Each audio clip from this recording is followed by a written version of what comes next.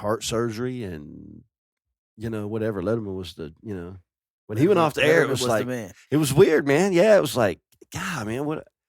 Rewind. I got no Letterman to watch, Yeah, yeah. And now he let his hair all grow out, and he's kind of a crazy hippie old guy. I was more of a Arsenio. That was more early 90s. I liked Arsenio. Ooh. Yeah, the dog pound. Yeah. I was more Arsenio type guy. I like when he would bring on like wrestlers and stuff. He was always just risque enough where my folks had a problem with it. Just barely enough that it was like, he talks about, man, we've talked about that. It was a weird history. But Arsenio was the shit. Arsenio was the man. And he really kept his head about him. And when he was done, he was done. He had enough money and he walked away, and you don't see him in the news doing something stupid. I liked him as an actor, too. Did you see him in Coming to America? I did see Coming to America, and that was good. But what about Harlem Nights? Oh, man. You killed my brother quick. And he had that little 2-shooter. And or his partner had the little pistol. Like they had Tommy guns. Stop shooting that little motherfucker. Shoot that little motherfucker. Yeah, right. And he'll smack him. Quick, you killed my brother. Quick. Yeah, without a doubt, that's one of the top 10 best movies ever made. I would agree. I would wholeheartedly agree with it. I actually watched that movie about 2 months ago. I saw it in the theaters. The Harlem Nights. Oh, wow. I think my friend and I were the only white guys in the theater. I guarantee you probably was. It didn't matter. The movie was too funny for anybody to give it down. Man, who cared? Yeah. That was a great movie. Great movie. That, Harlem Nights. Red Fox. Coming to America. Della Reese. When he shot her pinky toe off. He hit her with the garbage can. She came up. She said, "Oh, you like to hit people with garbage cans," and pulled out the blade. Right? It was like, now I gotta cut you. And so he pulled out his pistol. Like, you better put that little motherfucker up. I'm gonna shoot you. She took a shoe off. She took a shoe off. You gonna shoot me in my pinky toe? Here it is. He looked around. Oh man, that is a great movie. He shot me in my pinky toe. But it's a movie I don't know if I let my kids watch it. Or at least under 13. I probably wouldn't let them watch it. There's some things you're going to have to explain, like Sunshine. Oh, man. The man left his wife for Sunshine. And different church and all for Sunshine. For Sunshine. Yeah, and you're going to have to, Sunshine was fine. She was, yeah. I don't know if she was that fine, but. To leave your wife. That's crazy. He called home and said, I ain't coming home. From the hotel. From the hotel. Done. Sunshine. Man. Yeah, I don't want to have to explain that one. Yeah. I would say you have to be at least 13 or older. At least. But I'm like, some of the stuff I watched as a kid, Like what? Let's say the First Friday. I was watching the First Friday. I was listening to NWA. Okay, sure. In the early 90s. I'm 6, 7 years old. Okay. F the police. Right. Right. So just the things that we experience, and you got to think it's probably even more prevalent now because of the access. Kids got devices in their hands all day long. So I can't they know how to imagine- get around the and they parental know how controls. to get around the parental There's controls. too So I many can't ways to get around that. imagine some of the stuff they know that maybe we try to think that they don't know. So, as fathers of young kids, what do we do as far as, do we put the world of information out there available for them and try our best to explain it? Or do we try to shelter them until we think they're old enough? How do we handle that? No, I think you gotta be honest. You gotta tell them the truth. I agree with that. When the question arises, you gotta be open and willing to have those discussions about sex, sexuality. Sure. What's this? Because I'm thinking back, I'm like, my parents never sat down and had that conversation with me. But with my son, I actually, when he turned 13, I actually took him to McDonald's and I had the sex talk with him. And I was like, At McDonald's. At 13. That's probably a pretty good way to do it. I had the sex talk with him. And I said, we talked about condoms. We talked about at 13. Well, at 13, we talked about condoms. Better to know how babies, where they come from. We talked about STDs with the risk of getting into a sexual relationship. Sure. And just, I never try to shelter them from the truth and the reality of it. And he's how old now? He's 17 now. He's Have you talked to him about how he feels about the way you went about that? I guess at 17, he's not really looking back much yet. My oldest is 30. And we have talked in retrospect about the way he grew up. Correct. That's hard conversations to have sometimes. It is. It really is. But you shouldn't shy away from it. And you still should have those conversations. And you don't want them to go out there blind or try to figure it out. Right. Walking through the woods on their own. You know, you want to equip. I say you would want to equip your kids with everything you can. So, like with fatherhood, I listen to this guy. He talks about the stages of fatherhood. He said you have when they're young, you have the heroic phase. Okay. The heroic, like, that's my hero. I look up to my dad. Sure. And then as they start to grow and, you know, being the dad, 9 times out of 10, you're the disciplinary. So then once you become that disciplinary, you get demonized. Okay. You go through the demonized phase. And this is how old? I would say, what age would you think your kid really stopped looking up to you? Or when they start to have more of a sense of reality of what's going on and man, dad ain't all what I thought he was. Or they realize that he's human, you know. He's not Superman. You know, that's an interesting question. I think it would probably be different for both of my kids. Because you got a son and a daughter. I do. So they see you through probably different lenses. For sure they do. From a son and a daughter. But nonetheless, I think you still kind of go through those phases. I'm sure with both. That makes a lot of sense. Yes. So what comes after the demonizing phase? After they become adults, after the demonized phase, you get into the humanized phase. Oh man, I can see why dad wasn't maybe at home with us every night eating dinner because he had to work, because we had bills. Sure. He had to feed me. I was growing. I needed clothes. And at that point, they've made a few mistakes of their own. And they made a few mistakes of their own. And correct. So they can understand a little bit better the mistakes maybe that you made. Correct. Maybe. But I would say more than likely, yes. When they start to humanize you. Right. Man, my dad did the best he could for me. Right. I see why dad was working all those long hours. It's tough out here. Sure. But guess what? I never went without food. I never went without food in my belly. I never went without a roof over my head. And he did eventually come home at night. Maybe it was late. And he did eventually come home at night. But he didn't abandon me. Right. When I was giving him hell, I was maybe failing at school, skipping school. Is there another phase after humanizing? That's it. Those are 3 phases of fatherhood.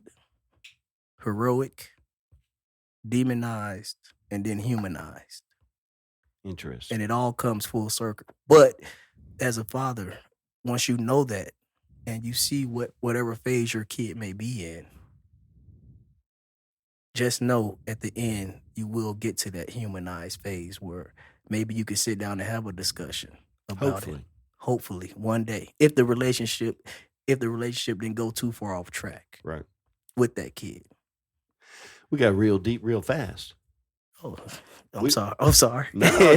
That's the whole point of we say organic. We mean organic. Yeah. We showed up at Point Mallard and just dove right in the deep end of the wave pool. Huh? So like with my daughter, she's 12. I'm still in that hero phase at 12. That's fun. So I don't know when that, I would say with my son, it probably happened it happened a little earlier with my son, with my oldest son. It probably happened, I would say, at 9 or 10 with him. Okay, that seems early. Yeah. But I raised him differently from how I raised my daughter.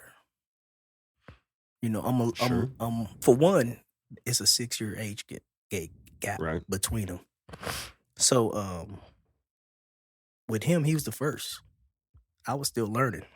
So my hand was a little heavier with him. Yeah. You know, A lot heavy, lot more heavier with him. And it's a boy. And we grew up saying, hey, you're either going to do it or I'm going to make you wish you had. Or make you wish you had. Were you ever told that when you were a kid? Either do it, whatever it is, or you'll wish you had. Well, not maybe in different words. Okay. Or you ask why I got to do it? Because I said so. You really didn't get no explanations back then. No. I remember we was in my trailer last week, and the guy came up and he was talking about how he paid his son, and then we got on the topic of how when I was a kid, you wouldn't have got paid. Not at all. No. Not at all. No. You might got an ice cream at the end of it or something, but not an hourly wage. That's if you worked hard. And that's if you worked hard. Yeah. You know. Yeah. Why I got to snip these beans all afternoon? 'Cause do you want to eat them? Not really, to be honest with you. No, I don't. You did later, of course, when it was dinner time. But yeah, you couldn't think that far ahead. No, you really can't. You really couldn't think that far ahead. Yeah. So how do you feel about it then? Should the kids get paid for what they do for the family business, or I think they should if you're able to. I think priority should always be home, Sure. where we all live. Sure. But if we got the means to hopefully provide your wage, yes. Seems like it should be more of a lesson than an actual wage per se. A lesson in the results of hard work, but also a lesson in how to wisely spend one's money. Correct. And if you had a summer gig for, say, your 12-year-old, I'm not, mine are either too old or too young for that. But, if she worked for you for the summer and she earned X amount of dollars over the summer that you had tracked, but paid her in increments, then at the end of the summer, find out what she's got to show for it. And Right. show her what she's, okay, that's a small scale lesson of later in life when she's got a real job, okay, well, where did your money go? You remember all those sodas you bought or whatever it might be, Yeah. Yeah. Remember every time you went and bought you another pair of earrings or whatever it was? Correct. A budget. Yeah. A budget. Like, what would you really like to have at the end of the summer? I think with what we do, our kids really get a good insight and a lot of skills that maybe a lot of kids that don't get to experience what they experience have. Just social skills. Just I talk. think that's true. Just talking to people. And they see a wide variety of different people. Oh, yes, culturally, like all the different people For sure. that you see. Yes. Different cultures, different ideas about how to live one's life, how to present oneself to the world. And then they hear a lot of conversation that presents, if nothing else, questions, brings up Correct. questions, which is tough sometimes. But if knowledge is, we started talking about knowledge. If we teach our kids everything that's out there, well, yeah, this is a part of the world. It is what it is. Correct. How do you Correct. think about it? Well, I think it doesn't have anything to do with me.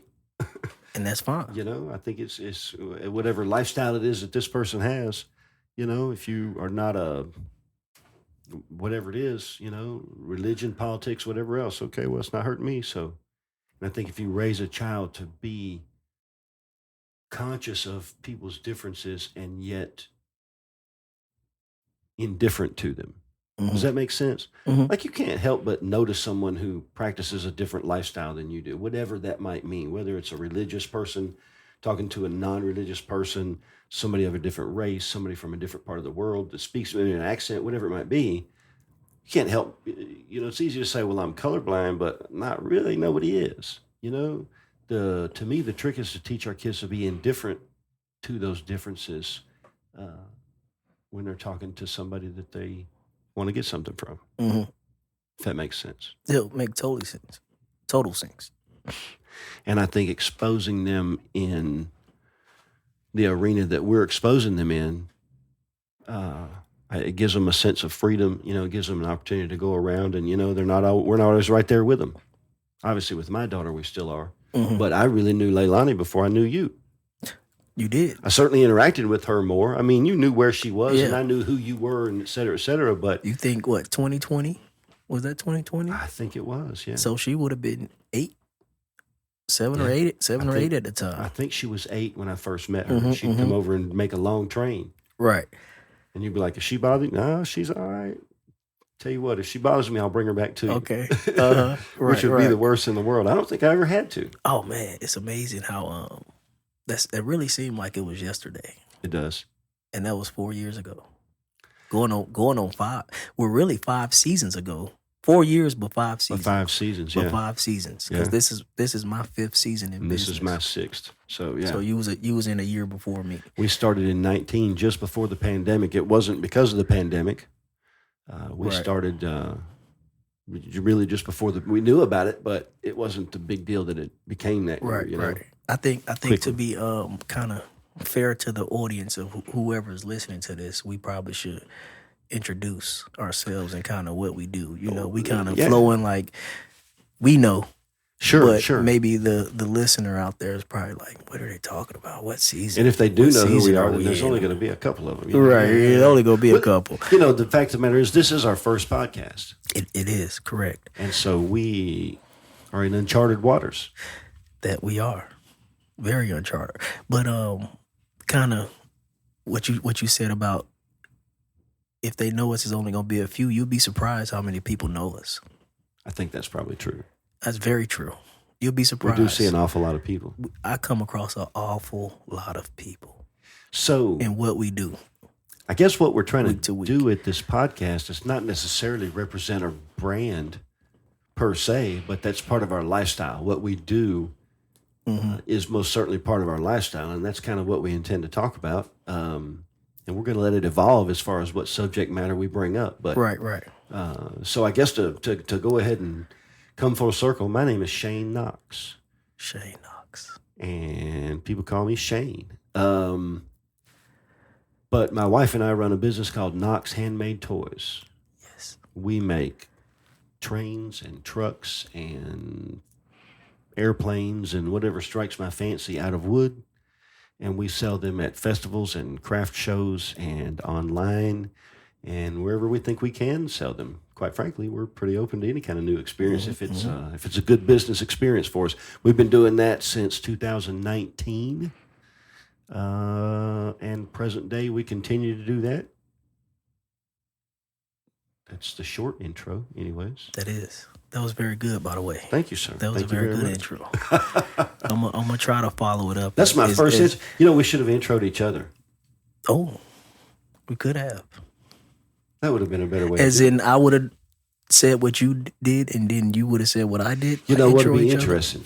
Go ahead and introduce yourself, and then just as an exercise, since this is the first time nobody's probably going to listen to this but our wives, let's then introduce each other how we would. Okay, my name is Quintelis Darden. I own a business called Hustle and Pop. We do gourmet kettle corn.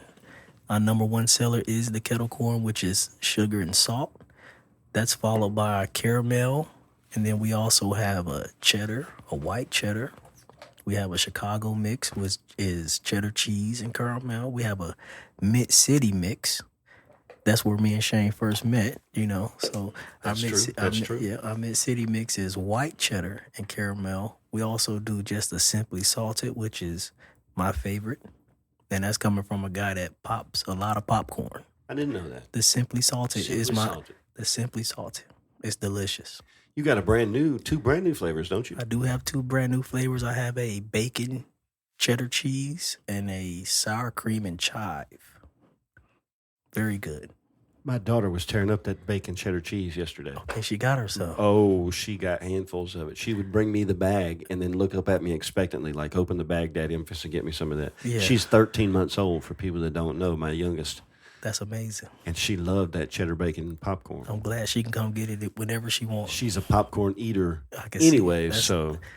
And so, like Shane, I also do festivals, markets. Some businesses invite us out for like their lunchtime or just a treat. And business has been good. I would say the most valuable thing about doing what we do is just the time I get to spend with my family, because it is a family-ran business. So I get to spend a lot of time with my kids. I get to watch them grow. I get to spend a lot of time with my wife. And I get to work alongside excellent people like Shane Knox and his family. Well, thank you, sir. Yes. Quite a compliment. I appreciate it. Mm-hmm. I found that's been the biggest benefit to me is the time to be able to be home with family and the time to spend with friends. I was a restaurant manager in my previous life, and that's a lot of hours and a lot of late nights and a lot of holidays and a lot of weekends. Of course, I guess what I'm doing now is a lot of holidays and weekends. Right. But I can truly say that the places we go to sell our toys, I always run into a friend. I've been doing it enough now where I'm going to know somebody probably, unless this is way outside of my territory, in which I'm fixing to meet a friend. But I have been surprised. I did a show 4.5 hours from home this year that I had never done before. And I got there and realized I knew 2 of the vendors that were there and knew them well from other shows. Amazing. It's something. I would say it's really a niche community, being a vendor. It is. And it's really it's really a tight community. Oh, yes. I really think that people that make something with their hands and then go to the public to try to sell that in order to make a living, it's hard to be too mean. It's hard to be too much of a jerk if you're that kind of a person. Yes. You're not going to last, because at some point in time, something's going to happen. And you're going to need that person next to you. That's a fact. Correct. It could be something as simple as some wind come through and my weights aren't as heavy as your weights, and I need you to hold down that side of the tent for me. Right. Because I'm about to blow away. It could be something that simple. It could be, but that changes a whole day, a week. If you don't have to replace equipment and inventory that you might lose. That's huge. Or I got someone else that don't normally work my stand working for me today, and they might need help setting up and never open a tent before in their life. I know, like when we see new people come in, we know the new faces. Sure, we do this. It's just a pour out of help if they ask. 100%. Even if they don't ask, sometimes it's or if you see them struggling. Correct. We'll step in. Even we know each other well enough to say, "Hey, can you help me out?" But you come into a new community and you can tell that everybody else there knows everybody, and you're new to this community. I think that we do a good job of reaching out to people and saying, "Hey, let me help build you up." Correct. In return, you're part of this community too. We stand together if it gets windy or whatever. To use your example. Right. And I think I also want to shout out Kevin. Kevin's not on the mic, but we're using his studio. That's true. That he gave us access to, and he's going to help us out with this. That 86 Kid Studio. The 86 Kid Studio. 86 Kid Studio. 86 Kid Studio, Huntsville. Keep an eye on that name. 86 Kid Studio. Keep an eye on that name, folks. If there's something you see out there, maybe watch the credits for a couple minutes. You never know what you might see out there. I'm just saying, look for that 86 Kid Studio and know that that's something special. It's funny how life kind of comes full circle. I met Kevin back in, I want to say it had to be early 2020.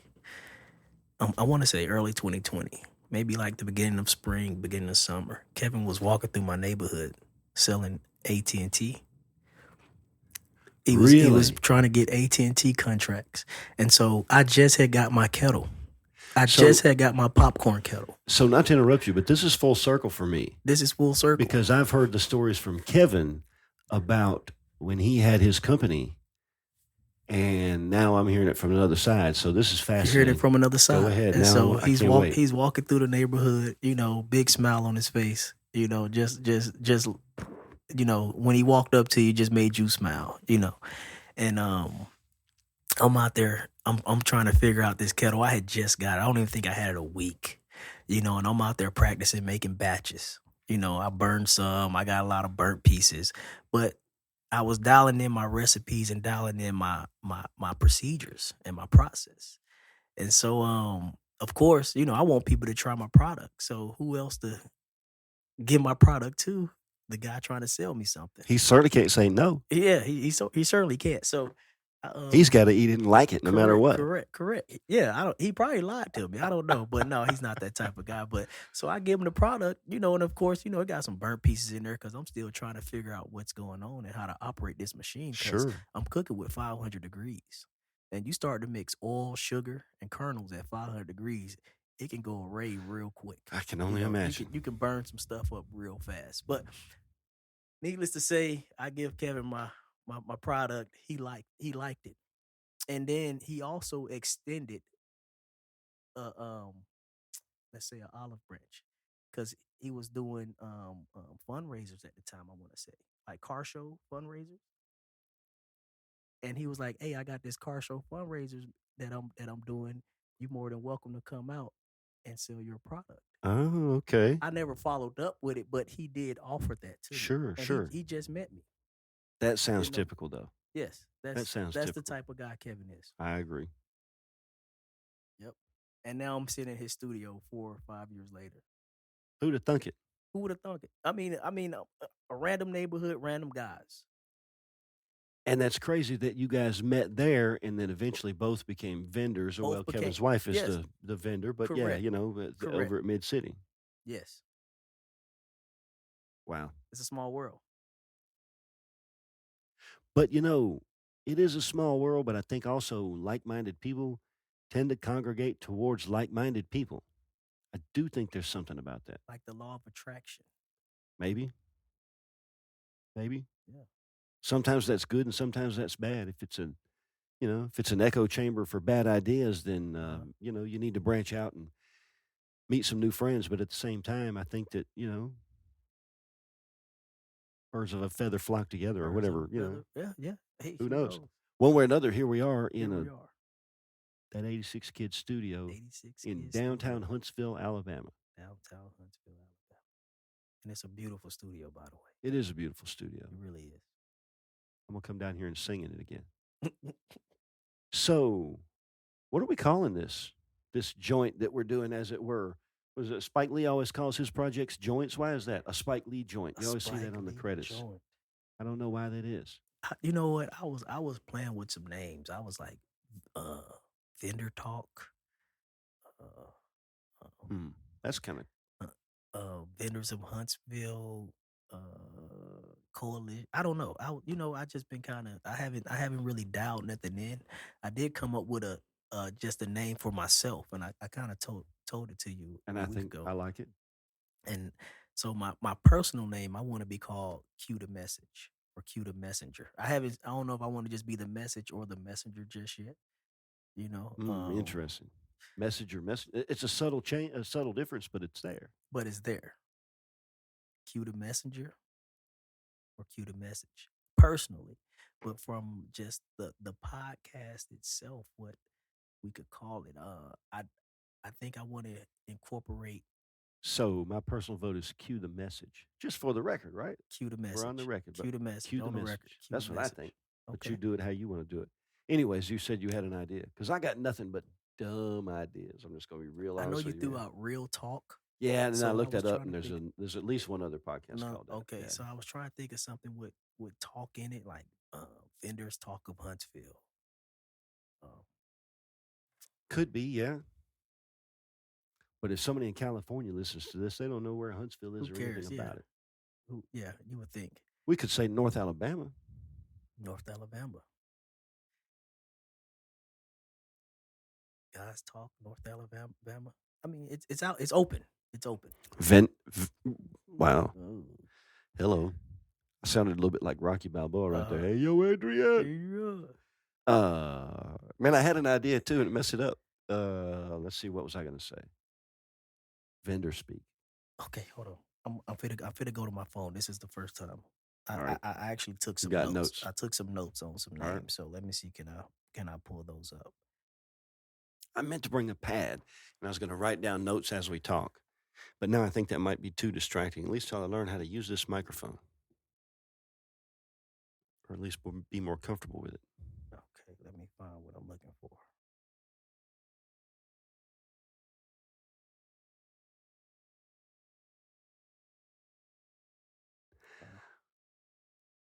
Okay, here we go. We could call the whole podcast Cue the Message. No, I don't want that.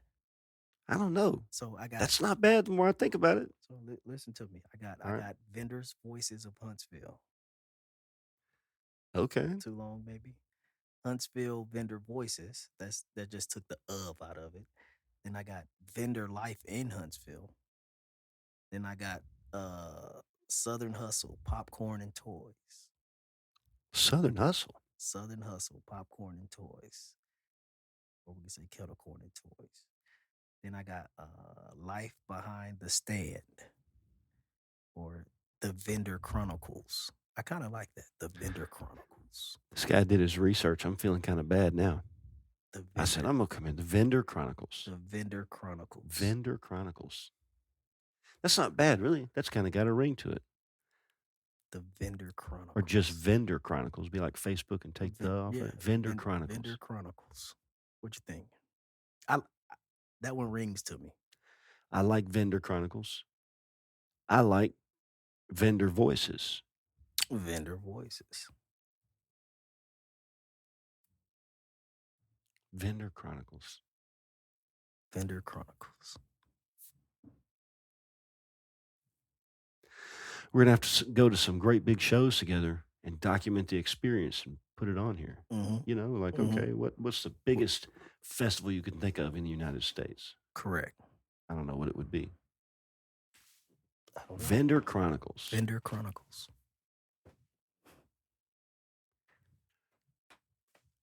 That's a good working title. Mm-hmm.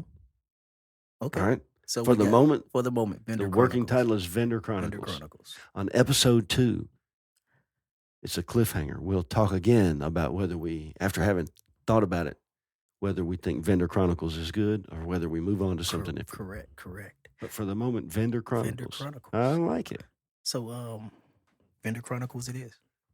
Vendor Chronicles it is. Can you touch on, like, you said before you got into the toy making business, you was in the restaurant business, managing restaurants. Yep. Can you dive into that a little bit for us? Man. 30 years in fast food. Wow. That could be the title of the book. 30 years in fast 30 food. years in fast food. Mm-hmm. Would you ever write a book? Not would you ever? Are you going to write a book? Oh, I don't at this time have plans to write a book, although it's been suggested and it wouldn't be out of the question. 30 years in fast food. That actually could be the name of the book. Mm-hmm. Wow. What if this is what sparks that? That would be fun. Wow. You'd be New York #1 bestseller here next year. Man. Oh, listen, if I get #1 New York bestseller, I'm not hanging around with you guys. No. I'm going to have to get some. I don't blame you. Look, I'm going to get a high-rise apartment. Correct. Did he change his number? What is this guy here? I can't find him, man. New York's #1 bestseller. That'll be amazing. I'll sell that at vendor events. Ooh.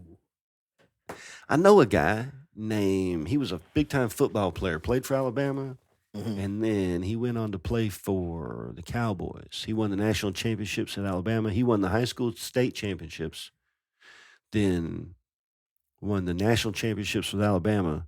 Then he went to the Cowboys. In his first or second year at the Cowboys, they won the Super Bowl. Oh. I got 2 of his books now. I'm not a football fan, and this is back in the day. So then he got maybe mediocre performance on the field, what have you. Anyways, long story short, he got involved in a shady deal involving a whole bunch of products from south of the border, as it were. Okay. And, I don't know the whole details. I've talked to him a little bit about it. It's his story to tell, and it's in his book. But so you know him personally? Well, I've met him at events. Okay. Yeah, and we've worked next to each other. And so, you end up talking and, shooting a breeze or whatever. But the guy did 6 years in federal pen, 9 years, something like that. He did real time. Wow. Yeah, he did real time. And he's got a pretty good attitude about it now. I'm not real sure why I started telling that story about that guy. I don't know. If I write a book, then I could be like this guy. He wrote a book. Yeah. And he signs jerseys and footballs and helmets. He's kind of a big deal. As somebody who's not a football fan, it's interesting to have a booth next to the guy and see the respect that he gets from passersby. This is the South, of course, where football is, very important, as it is a lot of places. And to see the respect, and even young people that would have been too young when he was playing, their dads will bring them over and be like, yeah, this is the guy. Remember that we were watching that game? Remember I told you about this is that guy right there. It's a big deal. Wow. He's super cool, though. He's super just humble, seems like the guy you'd want to be your next door neighbor. Correct. But he went through some tough times. I think tough times can kind of do maybe one or two things for you. It's gonna either break you or it's gonna humble you and make you stronger. And when you come out on the other end, you'll be a way better person from those experiences that you just went through or witnessed. And hopefully inspire you. And inspire you. I think tough times can inspire you. Or inspire someone else. Like that guy with his book. True. Crimson Cowboy is the name of the book. I can't remember the guy's name now. Mm-hmm. Be wild if he at some point listened to this podcast and is like, man, I can't believe you forgot my name on the podcast. That'd be crazy. I'll see him next year or whatever. He'd be like, what? Hey, man. Oh, what if we blow up, though? You know, we continue this. And if anything, hopefully we can have everyone in Huntsville listening. For sure. You know, that's a start. Just get Huntsville. And from there, well. Mm-hmm. So if you know us and there's something you can think of that you would want us to talk about, I don't know. We're going to let this kind of go organically. The whole point is to document the life of micro business people. Right. There's only men in this room, but we don't want to exclude anybody for sure. People running micro businesses, you know, we make a product ourselves and we sell that product ourselves and we try to find a way to market that product. You know, we're our own everything. Own everything. So next time you go to a festival or a farmer's market or a craft show, we're the folks behind the table. That was one of your suggestions. We're the ones behind the table, behind the stand. Yep. The face behind the stand. Those kids you see running around, that's our kids. Correct. We touched on that a little bit earlier, but that's a fact that when you come down there, you see a little community. Market kids. That's what we call them. Market kids. We do call them that. And they probably will come right up and talk to you because they're used to talking to different people. Mm-hmm. Correct. But they're probably pretty savvy too. Oh yeah. Don't let the. You're not gonna pull one over on Leilani. What Billy D. Williams say in the Colt 45 commercial? Don't let the smooth taste fool you. You know, they very savvy. Very savvy. Very, very savvy. But it's fun to see them. Of course, our daughter is 13 months old, so we'll see how long that goes. You know, we'll see what her personality develops. But even so far, she's pretty open to new experiences. Mm-hmm, mm-hmm. You're one of the first people that ever came and just snatched her up out of her playpen without saying anything to her. Uh-huh. And she looked at you kind of crazy, and then she kind of, not really shrugged, but, you know, you could just see on her face, she was like, all right, I know this guy, whatever. Right, yeah, he got me. Somebody got me. Heck, I was just sitting down there. Right. You know? Yeah. Yeah. But yeah, when you come to a festival, that's our families. Yes, correct. And when you buy our products, whether it's the toys we make, whether it's the popcorn, that's some good kettle corn, by the way. But listen, he got all these flavors. But if you happen to be there someday when Q is making caramel apple, look, it's green apple. I ain't even mentioned that and one. Caramel popcorn is all it is mixed together. Yes. It sounds simple, but I'm telling you, yes, it's phenomenal. It's phenomenal. It's all you need. A bag of caramel apple. Look, if he's got a bag of apple and a bag of caramel, buy one of each and thank me later. Correct. Just, it's the best. It's the best ever. I'm telling you. Oh man, thank you for that shout out. I didn't care for the cheddar bacon. You didn't care for my daughter loved it. But you know what? I like a sweet kettle corn. I don't care for savory pretty much of anything. You just don't like the savory. I like a sweet kettle corn. Look, I'm a boring old-fashioned caramel. You give me caramel kettle corn every time. That's what I'm going for. Yeah. Unless you got caramel apple. Right. Yes, you are a fan of the caramel apple, and like I said, I do it weekly, and just salted is my favorite. Just salted. Salted is the family's favorite, actually. Everyone, really? Yes, everyone. Have you ever done a spicy, like put cayenne pepper or something? I do a white cheddar jalapeno. I want to say I tried that. The white cheddar jalapeno is pretty good. If you like just the white plain on white cheddar, which ours tastes like the stuff that comes in the black bag. I can't think of the name of it. What's the white cheddar popcorn that comes in the black bag? Don't know. I'm not a fan of the savory. I wouldn't get white cheddar. But that's exactly what it tastes like, and then just kind of Add jalapeno. add a little jalapeno flavor to that. Yeah, it's pretty good. I used to go to a bar years ago, and they put cayenne pepper in their popcorn. Ooh. I was accused of doing it so you'd be thirsty and order an extra beer or whatever, which probably was the case. But either way, I like that cayenne in keep them thirsty. Keep them thirsty. Someone mentioned that to me, like maybe you should try to get into some bars, and get saltier up the popcorn a little bit more. Sure. And then hopefully that'll cause people to buy more beer, and ultimately help you sell more popcorn. You'll have to stay away from pool halls. Mm-hmm. I don't think they're going to want popcorn in a pool hall. Okay. Maybe. I don't know. Yeah. Do you shoot pool? No. I'm not. I will, though. I will, but I'm not that great. I mean, not that great is relative. My daughter probably could beat me.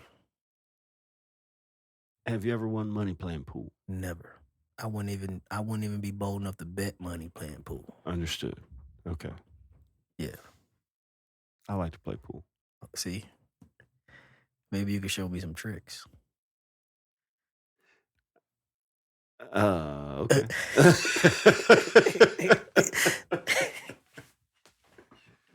You sound a little hesitant about that. I had a pool table in my house a long time ago. That's a whole nother story. So I spend a little bit of time at nighttime. I'm not, I'm okay.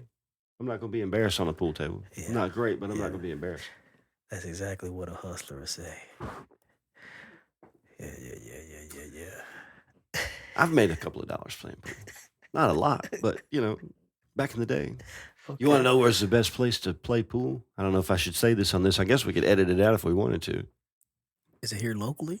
Well, just in general. Well, maybe not the best, but a good place to pick up a little bit of money. Not big money, like big money games. Like you see movies about. What would be a big money game? Oh, in the world of pool, $100,000. Ooh. Yeah. In the world of pool, in the world of big time pool playing in New York or Chicago or a couple of places in Atlanta. I mean, that's nowhere near. That's not my world. Nowhere close to my world. Wow. I'm not even adjacent to that. But I'm just saying, in real world, there'll be a stake horse that'll stake a particular player. Maybe the player's got $10,000, and the stake horse puts up the other $90,000, and he's planning on getting a return on his investment. Correct. But those big money in the pool world would be, for sure. Yeah. Wow. Yeah. The most I've ever played for is in the hundreds. Certainly not in the thousands. Which is still a lot of money. To me, a couple $100. Yeah. I mean, I guess, it's like going to a casino maybe, you drop a couple $100. Like I never tried to make money, and it was one that, I wasn't a professional pool hustler, but, if you're playing with some buddies and you've had a couple of beers and there's $50 on the table and you think you got the guy, you're feeling it that night. Okay. Look him dead in the eyes. I'll double down right now. I don't believe you got it to double down. You probably don't even have $50 more. Next thing you know, there's a little stack of cash on the table, and people are hollering, and yeah. Okay. Yeah, not like I didn't pay the groceries with it. Shane's a pool man. I learned something new. Well, I'll bet on you. It's been a while. Yeah. I play every now and then now, but it's been a minute. Okay. So what do you do besides popcorn?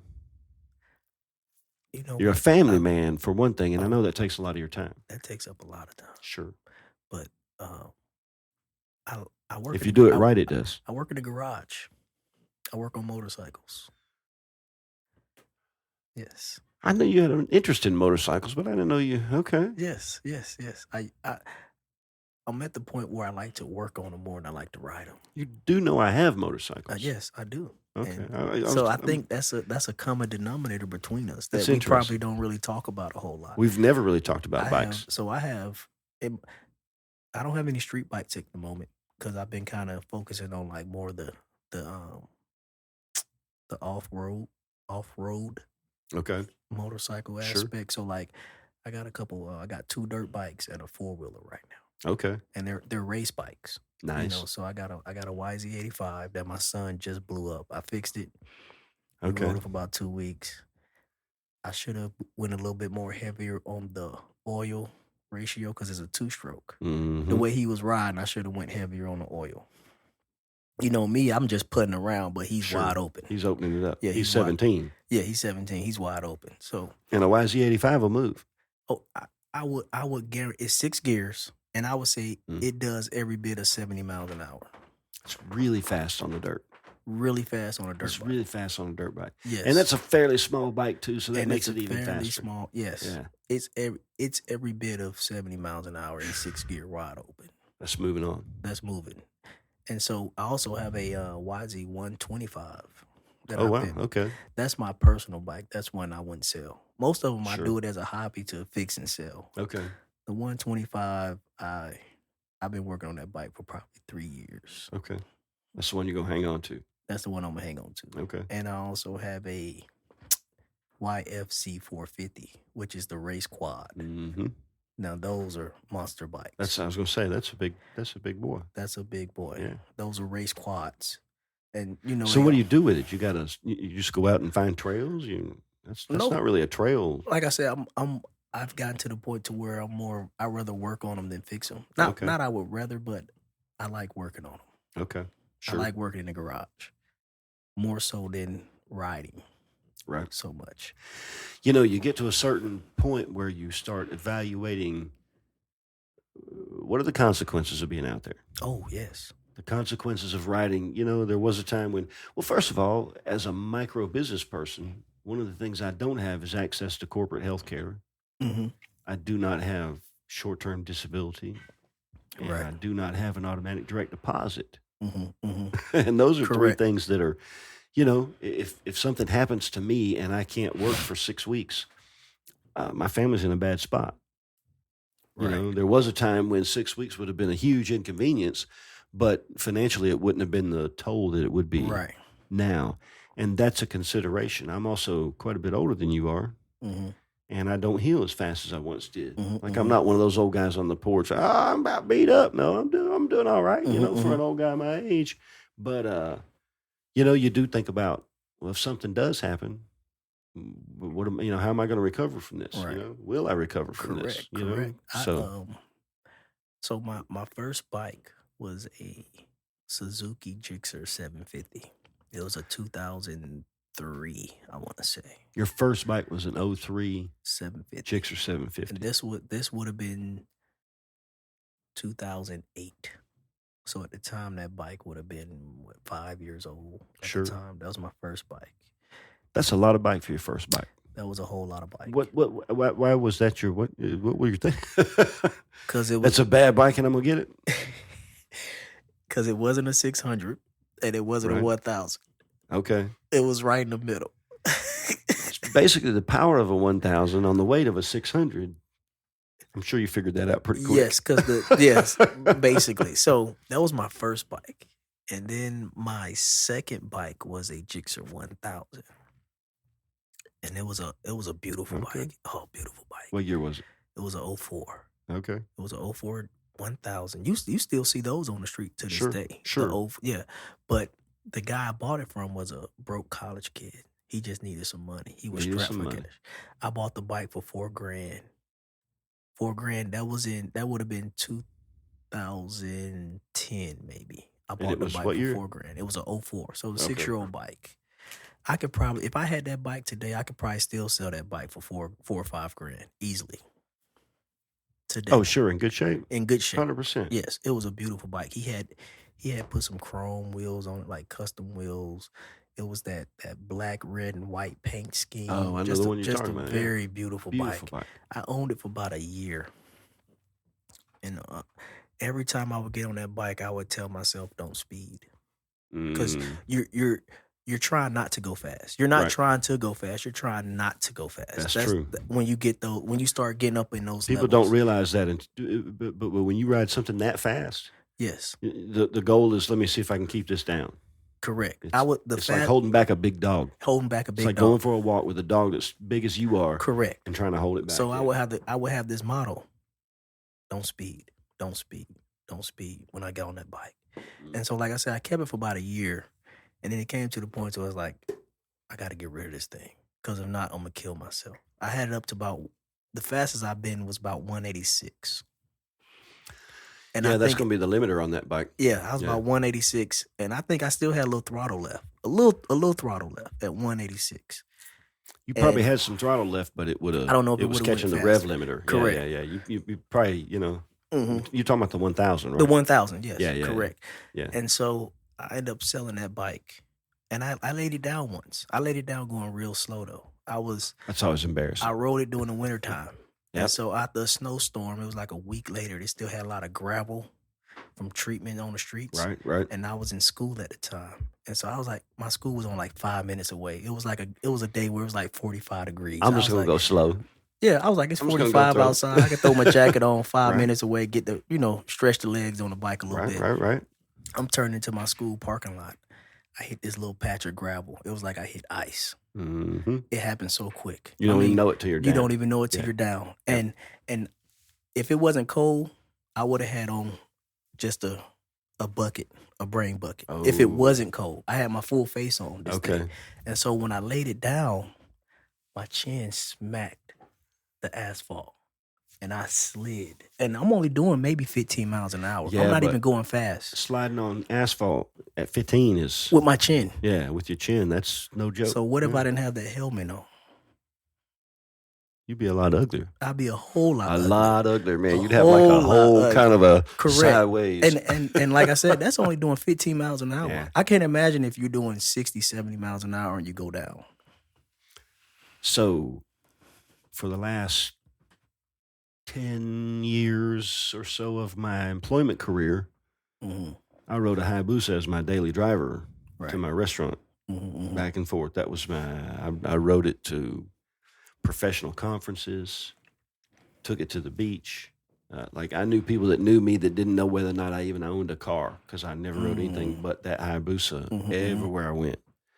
And wintertime, I got a heated jacket and I got heated gloves. You can plug all that stuff in. Your hands will be hot, man. You can't run it on high. I don't care how cold. Well, maybe like Wisconsin cold, but Alabama cold, well below freezing. Your hands will be good and warm. The jacket will keep you comfortable, but your hands will get hot. You got to, it works good. If you bundle up right, I've taken pretty long trips in some pretty cold weather on that. It's got 83,000 miles on it now. I've still got it. Yeah. That's a lot of miles on a motorcycle. I almost never ride it anymore. It's on the second engine. Okay. I replaced the engine. Not original engine. No, not the original engine. Okay, no, I replaced the engine at 53,000 miles. Wow. With one out of a wrecked motorcycle. I got it online. Found this place. It was in Texas. They shipped it to my door in a crate. Had it saran wrapped. Whole thing wrapped up. And a friend of mine was a motorcycle mechanic. And he and I did it in my garage. We took the old engine out, put the new engine in. What happened to the old one? I busted it down and sold parts of it. I sold the gears out of the transmission. I'm saying, why did you replace it? Oh. Let's call it catastrophic engine failure. Catastrophic. What? Next time you're over at my house, remind me to show you a piston. That the piston rod is bent on 2 different axes. Wow. Yeah. I exploded the engine. There was a hole in the side of the case you could put your fist through. Was it for just lack of maintenance? No. I was in it hard at 9,000 RPMs, laying down on it. Okay, so yeah. I had so it was more operator error. It was more 53,000 miles on a big old humongous sport bike, and I had a revved out. Yeah, you were still revving it that, like it was a. I had felt something in it like a week before that. I'd gotten into it a little bit on the highway, and I felt something that just didn't quite feel right in the engine. And I think I had a bearing that just caught a little piece of something on there and started to spin on that day. And then, when I was down in it at damn near full torque, it just decided to no. And he was still driving it like he stole it. Yeah. Oil all over the road. It was it was exciting. It was exciting. Yeah. It was completely good thing you didn't go down. Yeah, there wasn't really, it was a straight line stretch. I wasn't doing anything too silly. Did the wheel lock up? No, nothing locked up. Okay. The brakes the engine worked, just blew out, fine. but the wheel didn't lock up. Yeah, the engine blew. Okay. The engine was free turning. Okay. Like I said, there was a hole in the side of the case, like you hit it with a 50 cal. Wow. Yeah. Blew it catastrophically.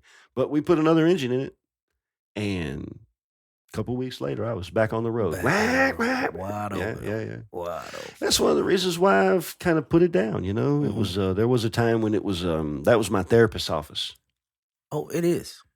You know, there's something about being able to crack it open, and you know, until the Teslas came out, there was nothing on the road that could even come close to a motorcycle. Especially a 1000. I mean, you had the 1300. You had the had the Busa. But the top speed difference is none, probably. Correct. Because they're both going to be limited at 186. That Busa will probably get there a little bit quicker. With a professional rider. Correct. You know, that's not me. Yes, you know, but I would say. But either way, you're talking about a lot of the thing about the Busa is that it's got the power to have those performance numbers and still have enough weight where it's comfortable to ride around. It's bigger. It's heavier, and so you know if you want to put 300 or 400 miles under you, you know that's not it doesn't you know riding to Atlanta's not that big of a deal, right? And you can get there quick if you want to. Okay, so I the Boost. I had a buddy who he was a DOD contractor. Let's just say that. Okay. So he would come back with intentionally vague. Yes, very very vague. But he would come back with stacks of cash. You know, he'll go do 6 months. They'll give him 2 weeks home. Then he'll got to go back and do another 6 months because he was doing year contracts. Okay, sure. And every year they kept upping the pay. You know, because you'll think you're ready to be done with it, but then they'll throw another $30,000 at you, sure, or give you a promotion. You know, to stay. So he did that for about 4 years. But every year he would come back and he would buy a new motorcycle. So I would say the second year he came back, I got to find this picture. He bought a Busa, brand new Busa cash. Wow. Went into the dealership. He came by the house. He was like, hey, man, you got to ride this thing. And so I got to ride a Busa one time just around the neighborhood. Okay. And it was beautiful. They ride good. It rode so well. They ride good. It's so smooth. It was a beautiful bike to ride. Yeah. But you can tell that power that's up under you. It's, Yes. And it was a beautiful bike. I got to go back and see, can I find that picture? But you can ride mine if you want to. The third year he came back. Okay. You can ride. Look, second gear's a little notchy, I'm going to be honest with you. Okay, second gear's a little notchy. Yeah, I think the guy before me got into it a little too hard. Okay. That's my story, and I'm sticking to it. Second gear's a little notchy. But once, you get up there and just kind of skip second, go right into third. That's what I was going to say. I'll probably just go past second. Go right into third. Skip second. From third on up, you got all of it. Right. Depending on how much of it you want. Right. Yeah. But honestly speaking, if it's nice to have all that power. I imagine it's like driving a Corvette. You don't get into it every time you get in it. Mm-hmm. But on a bike, as you know, it's a little easier to do that than it is a car. You get out on the highway. Twist of a throttle. Yeah. And you're gone. And so drop a gear and disappear. Say my favorite bike was a 600. And I've had a multitude of bikes. Started off 750, went to 1,000. Then I got a cruiser. Really? I got a cruiser. I had a Honda Shadow Sabre 1100. I know exactly the bike you're talking about. Oh man, sure. It was a cool bike. It's a cool bike. It was a cool bike. It was low maintenance. Yep. So I got the cruiser. Shaft drive, right? Shaft driven. Sabre, yep. Shaft driven. Mm-hmm. I had the Sabre, and then I got a 600, and I found my happy spot. Okay. When it came to street bikes. Okay. And it's still fast enough to do whatever you want to do. Whatever you want, really and don't, then some. And then some. You really don't know how slow it is until you start to ride with guys on thousands and boosters. Right. That's where you start to see, okay. That's the only time you're going to feel slow. That's the only Outside of that, the bike is way more capable and way more than enough than I think anyone would need, especially someone at my size. I'm not a big guy. For sure. To begin with. And if you're doing more than that on the street, you need to be on the track. You need to be on the track. That's a fact. Correct. I'm sure we both probably needed to be on the track a couple of times. Exactly. You ever do the Dragon? No, I wanted to. I was going to do it. You know what? I was going to do it the first year I moved here with my neighbor. Right. We was talking about, man, let's load the bikes up in the truck. He had what did he have? Was it a Busa? Did he have a Busa? Or 1,000? I can't remember what he had. And I had a 600 at the time. Which would be ideal up there. A 600 would be ideal. Oh, yeah. And we was talking about doing it, but we never followed through on it. So I rode my Busa up there twice and did the Dragon 2 different times, did that. And I'm going to tell you, that's a lot of bike to be back and forth. What is it, 111 curves and 13 miles, something like that? Wow. I can't remember. It's a lot of back and forth. It's a good road. Mm-hmm. I read somewhere they just repaved it. Oh. But the road itself, like there wasn't any potholes. I mean, it was good. But it looked like the price of going over. It's either you hit the mountain on the one side or you going to go who knows how far the other side. And your cell phone doesn't work up there. Mm-hmm. So you got to hope somebody sees you go over and med flight. That's what's going to happen. Wow. It's a big deal if you go off the edge right there. Wow. Not to mention if you make it, it's a little intimidating. Yeah. Maybe if I get another bike, we go do it. There's another road up there, and I can't remember exactly where it starts, but it's in that same area. It's called the Cherahala Skyway. Goes up to like 7,000 feet in elevation, and it follows the contours of this mountain in its big, long, sweeping curves. See, those are curves I like. I'm a little too old to work that hard, man, on the Dragon. That's tough. Yeah, I'll go do it, but done are the days of dragging knees. Have you ever been out there past Gurley? I can't think of the road, but I used to go ride with some guys when I first got here. 69? It could be 69. Going north? They have long, swooping curves. Is it going north? Do you end up coming up into Huntland, Tennessee? Up there near Mont Eagle? You end up in Tennessee. I'm not sure where. Maybe. I bet it's the same road we're talking about. We're probably talking about There's another little town up in there that I can't remember the name of. Yeah, just got like a gas station up Something, there. Yeah. I can't think because this was good back in roads 2000. It's some very good roads. Yeah. Good roads up there. But they got those long sweeping curves, like you said.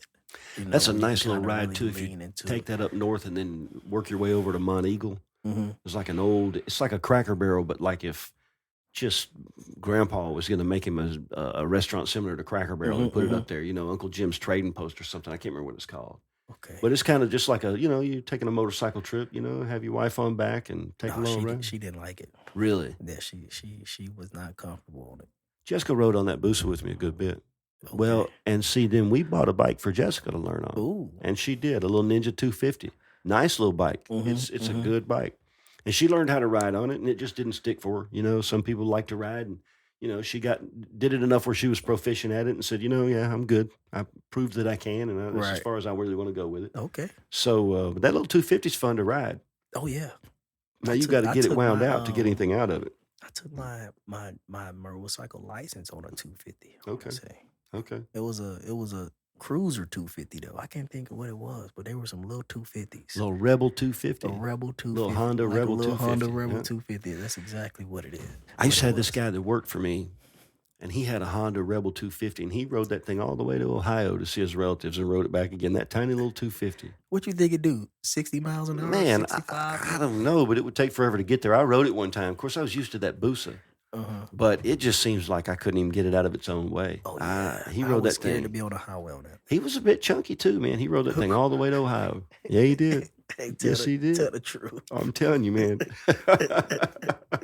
Shout out to John Carlisle, man. If you're listening. Shout out John Carlisle. Yeah. Hopefully you still got that 250. Last I heard, he had it, but it wasn't running anymore. Oh, we got to get it right. He had a couple of kids, man. Okay. You know what I'm saying? Your priorities change when you have a couple of kids. They really do. Yeah. You have a couple kids. But that's hardcore. You're going to ride a 250 Rebel all the way to... That's tough. Yeah, man. Yeah, you got to be paying attention. Yeah. Really? Yep. So... Yeah, he took winding back roads, I guess. Anyway. I know you said you was in the restaurant business for 30 years. Oh, I kind of glossed over that. Before I moved to Huntsville back in 2019, I worked for Tyson Foods. I didn't know that. I worked for them for about 6 years. What'd you do for Tyson? I was a production supervisor for Tyson Foods. Wow. And so I was at what they would call it was like a full processing plant. So birds would come in, they would kill the birds. They came in live? They came in live. Okay. Live birds would come in from farms. So we had they call it evisceration. That was process 1. Okay. So we had 3 processes. Process 1, evisceration. Process 2 was where I worked. I was more on the fresh side after the bird had been killed and sanitized and cooled. And so I was process 2. Then you had process 3. So process 3 is where your chicken nuggets come from. I know you was in the fast food industry, so process 3 is who? packaged and made chicken nuggets. Okay. And I say chicken nuggets, but that could be any cooked food. Any fully cooked packaged food that Tyson does came out of Process 3. So, okay. So those weren't McDonald's chicken nuggets for sure, yes, because they were raw. Yeah, they could have been. They could have been. So they weren't always cooked. Matter of fact, the plant I was in, they had a McDonald's contract. You know, so like different plants have different contracts. Sure. So you got a plant that might just cater to KFC and Chick-fil-A. Okay. You might have a plant that will cater to the grocery stores and maybe, let's say, a McDonald's. You know, so any packaged food that you would see Tyson on, where all you have to do is warm it up.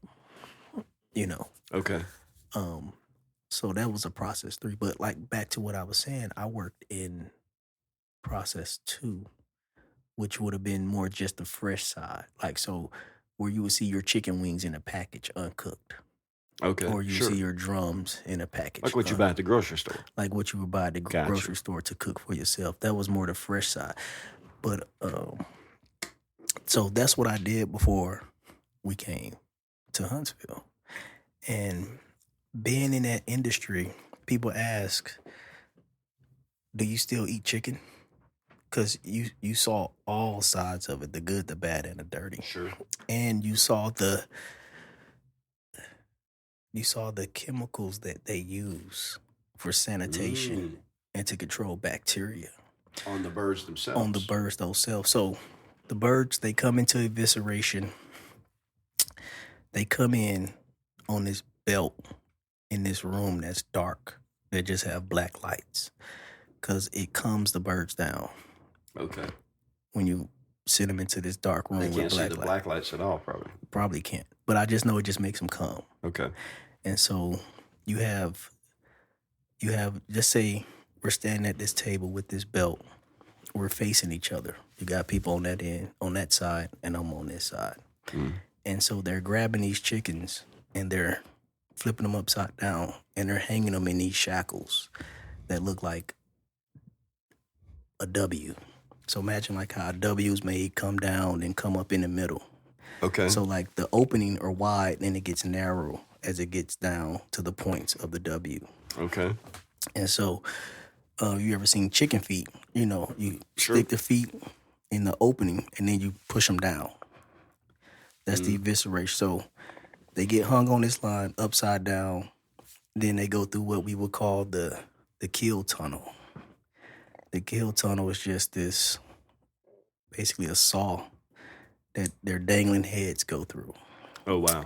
And then, I know we're getting kind of... So they're flopping around in there, making a racket? And and they know they're about to die. Yeah. You know, so my first experience in the kill tunnel was, like, the guys, when you come down there, they know you new because your clothes all clean. Right. You smell all good. And so they can... The guys who've been doing it for a while, they can make the bird poop on cue. By okay. hear me out. True story. So I'm getting a tour of the plant. I come down there. I got my, shiny new, we call it a smock, but basically like a long trench coat. Sure. To protect your clothes. A butcher's coat, maybe. Yeah, a butcher's coat. So at Tyson's, mine was brown. So I come down there and I'm standing behind these guys and I'm watching them go to town hanging these birds.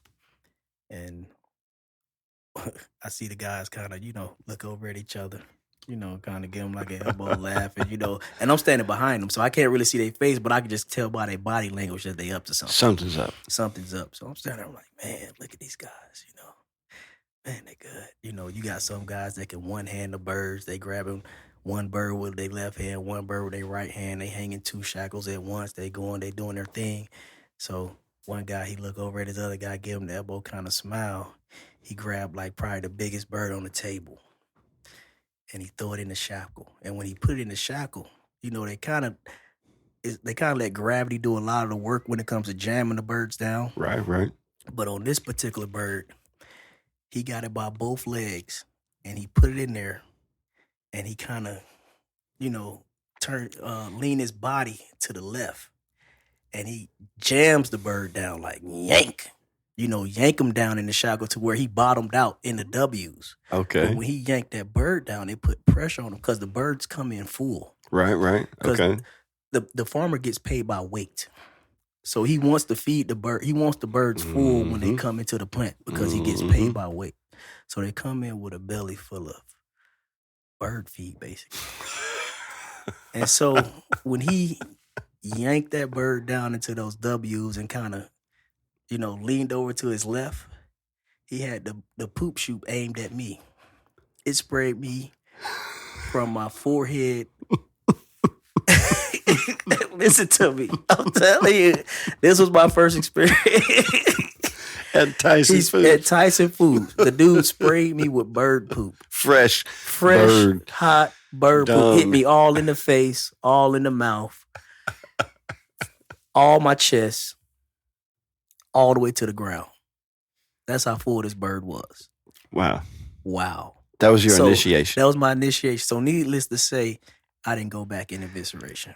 I stayed where I belong, which was the fresh side. So the question I have to ask is, did you subsequently perform the same trick to another new person?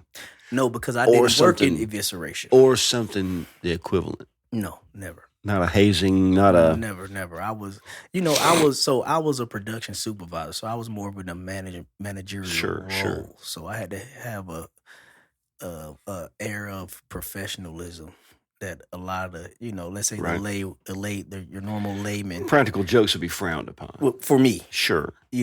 I could probably get myself in big trouble. Those guys can go out there and joke with each other and stuff, and they can pick on me. Roll. It really rolled uphill. It can roll downhill too till somebody gets mad. Till somebody gets mad. Right.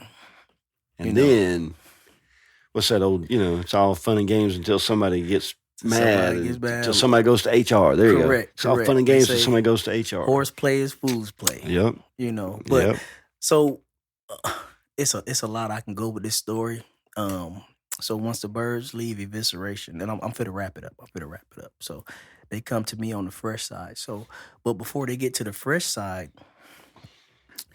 they have what they call chillers. So remember I told y'all it's 2 lines. It's 2 sides to the line. So it's 2 lines running into these big chillers. Once they go through evisceration, they clean them out. They get dumped in these chillers. And the chillers are like imagine a big tub with a big corkscrew in it that's about 100 feet long. Oh, wow. I'm probably underestimating. I can't. And that's full of birds? Full of birds and cold water. So I say it's a corkscrew in between them, so it's flights.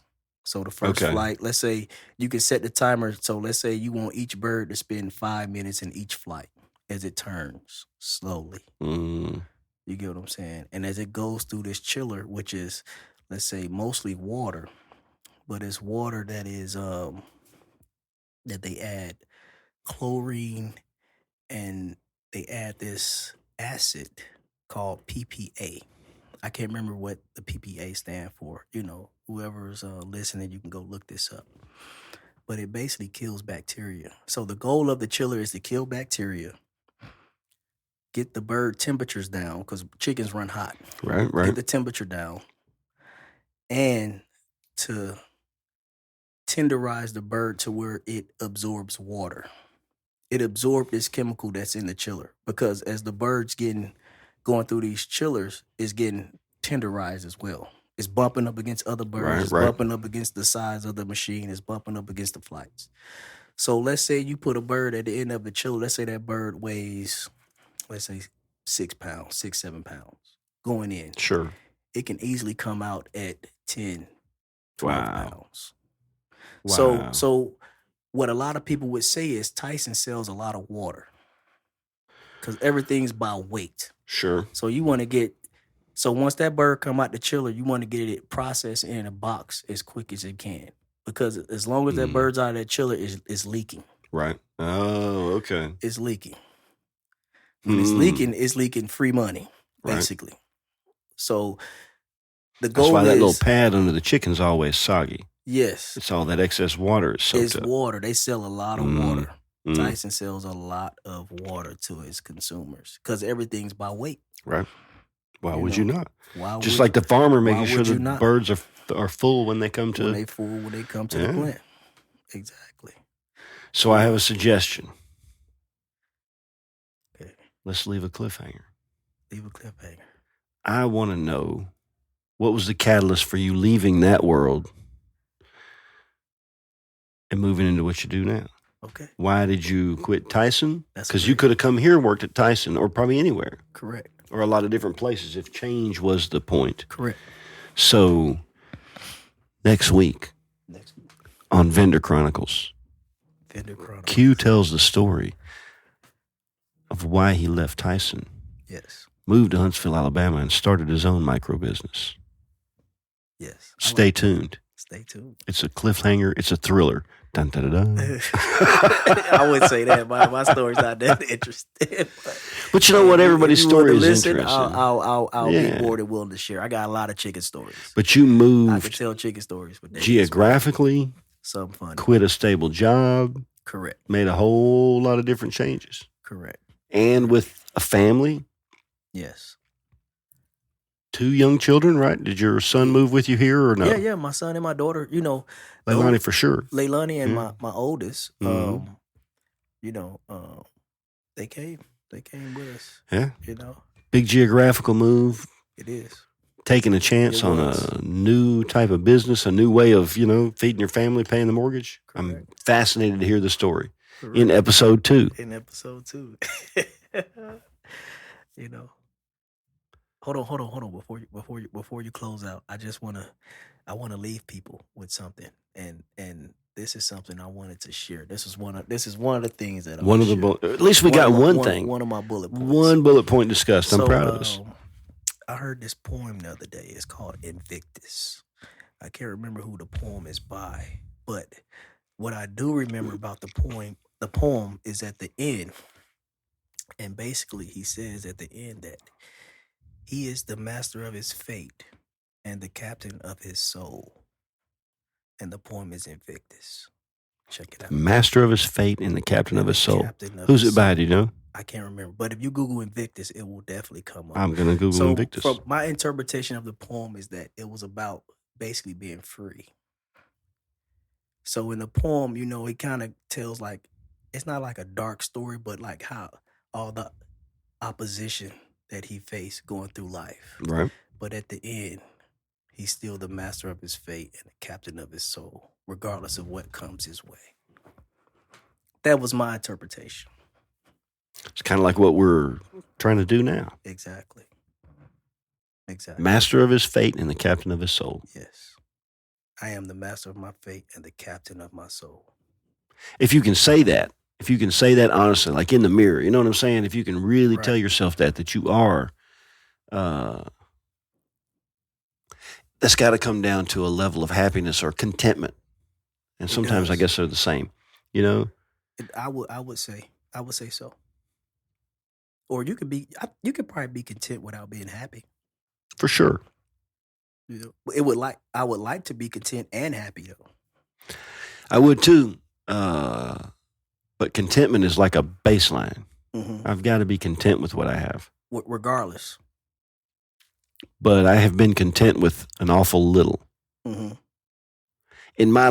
We'll go off into another story and we're not going to do that. But you know what? On another podcast at another time, I'll tell you about my journey from having been literally homeless, living in my car. I had a car. Ooh, that's episode 2? It could be episode 2.